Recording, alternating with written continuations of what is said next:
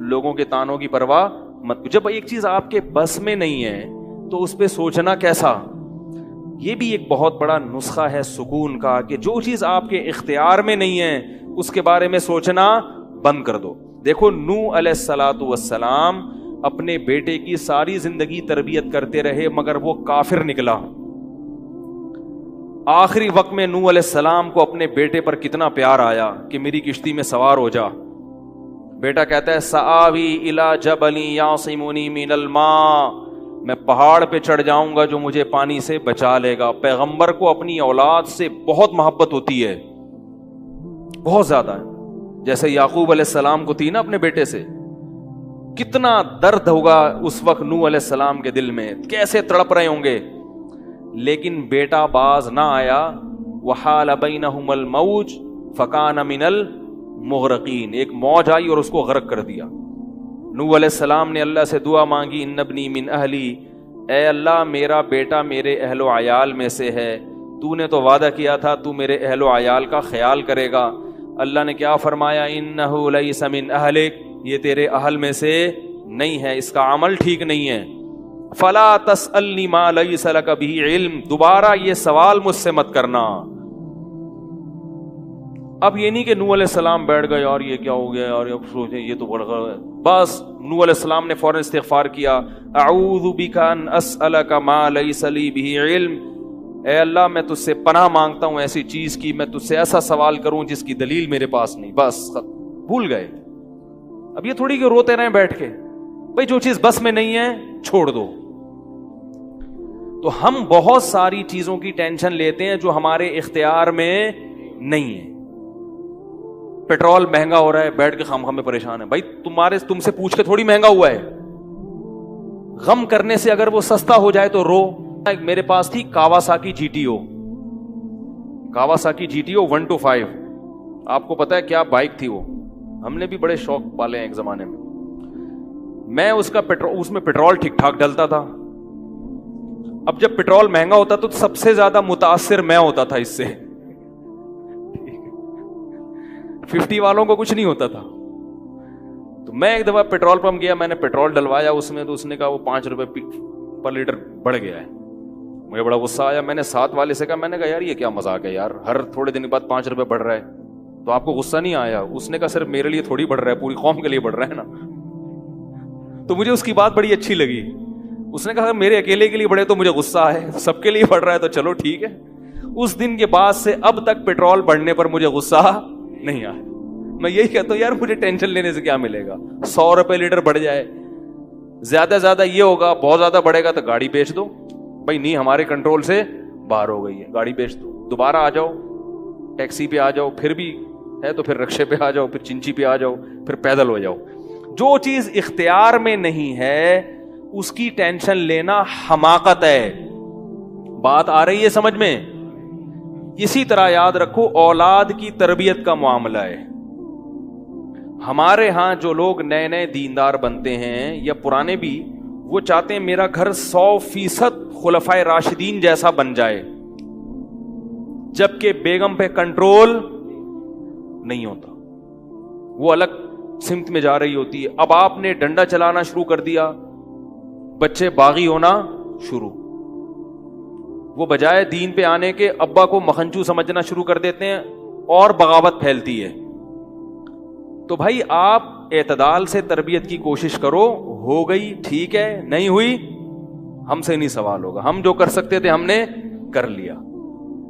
تو ہم نے نا بہت ساری چیزیں, یہ ہو رہا ہے معاشرے میں غلط, یہ ہو رہا ہے, وہ والے وہ جماعت کیوں آ گئی, وہ جماعت کیوں آ گئی, وہ فلاں فرقہ کیوں بڑھ رہا ہے, یہ والے کی کم ہو رہے ہیں, وہ زور سے آمین کیوں کہہ رہے ہیں, وہ آہستہ آمین کیوں کہہ رہے ہیں, ٹھیک ہے نا, وہ رفع الیدین کیوں کر رہا ہے, وہ رفع کیوں نہیں کر رہا.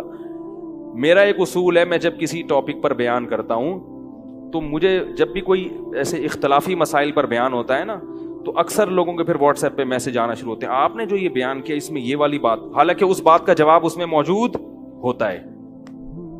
تو میں پھر مزید جواب نہیں دیتا, میں کہتا ہوں پورا بیان سنیں. وہ پھر جواب بھیجتے ہیں کہ ہم نے پورا بیان سنا ہے. میں کہتا ہوں دوبارہ سنیں.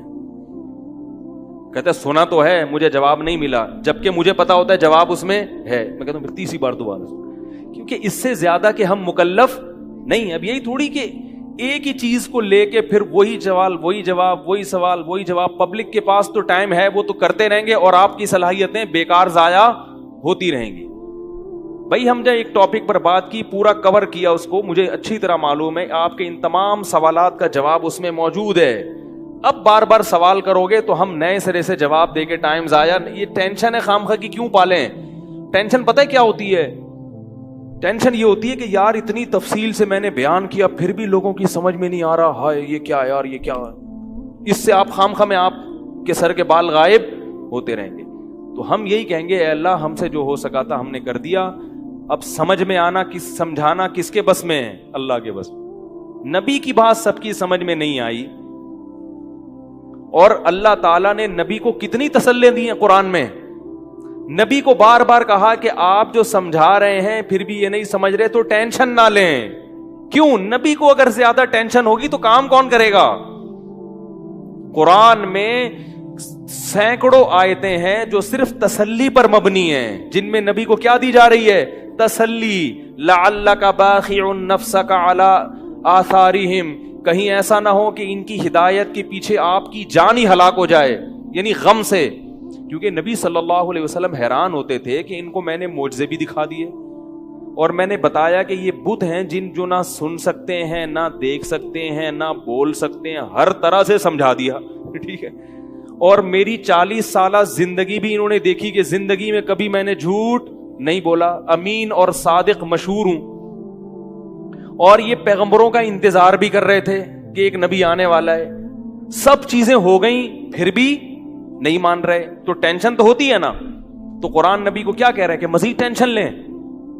نہ قرآن ٹینشن کیا کر رہا ہے؟ کام. نہ ٹینشن نہ لیں, ٹینشن نہ لیں. ما انت علیہم بمسیطر, آپ ان پر نگہبان نہیں ہیں, داروغہ نہیں ہیں, گن پوائنٹ پہ نہیں لائیں گے آپ کسی کو, آپ سے سوال نہیں ہوگا. آپ بلغ ما ارسل الیک من رب انزل الیک من ربک, آپ کا کام ہے پہنچانا. یہاں تک کہ اپنے سگے چچا ایمان نہیں لے کر آ رہے, جنہوں نے آپ کو پالا بچپن سے. چلو وہ تو دشمن تھے, وہ ایمان نہ لائیں تو انسان صبر کرتا ہے, یہ تو دشمن ہے. اپنے سگے چچا جنہوں نے بچپن میں پالا, کفالت کی آپ کی, 3 سال رسول اللہ صلی اللہ علیہ وسلم کا بائیکاٹ کیا ہے قریش نے, کھانا پینا بند کر دیا, شعب ابی طالب کی گھاٹی میں بند کر دیا بنی ہاشم کو, کہ ان کا 3 سال تک کوئی لنک نہیں ہوگا ان سے, تاکہ یہ رجوع کریں اپنے دین سے. ابو طالب بھی آپ صلی اللہ علیہ وسلم کے ساتھ اس گھاٹی میں بند ہوئے, ایمان نہیں لائے مگر اپنے بھتیجے کا ساتھ دیا. اتنے اچھے چچا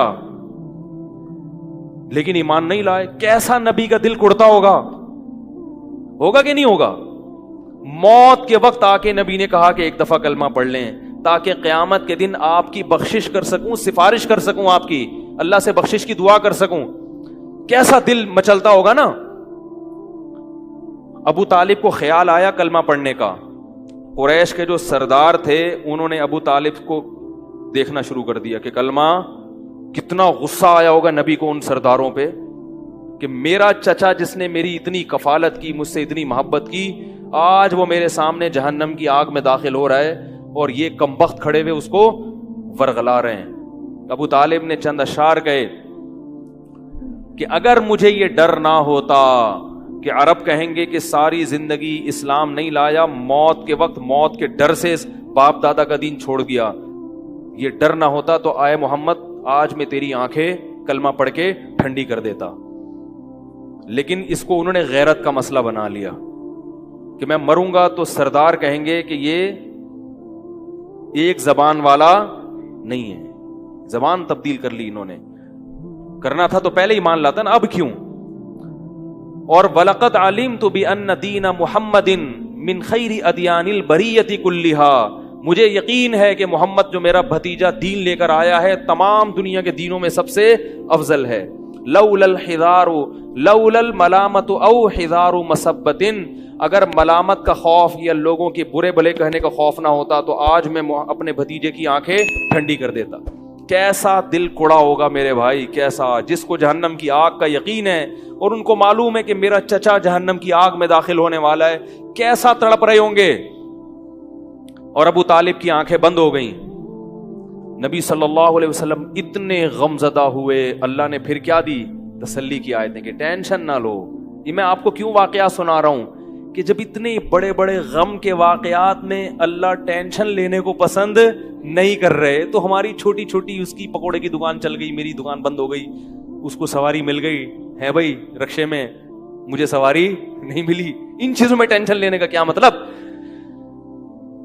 بہت مشکل ہے یار, کیا کریں یار. ہماری ٹینشن یہی ہوتی ہے نا یار, سیٹنگ وہاں چل رہی تھی, ابا نے رشتہ وہاں طے کر دیا. یہ کوئی ٹینشن کی چیز ہے؟ ٹینشن تو وہ ہے جو نبی کو ہوئی تھی. یہی ٹینشن ہے آج کل. تو نبی کو کس قدر غم ہوا ہوگا. غیرت بھی ہے نبی میں, حیا بھی ہے, محبت بھی ہے, لیکن اللہ کیا کہہ رہے ہیں؟ ٹینشن نہ لیں. کیوں؟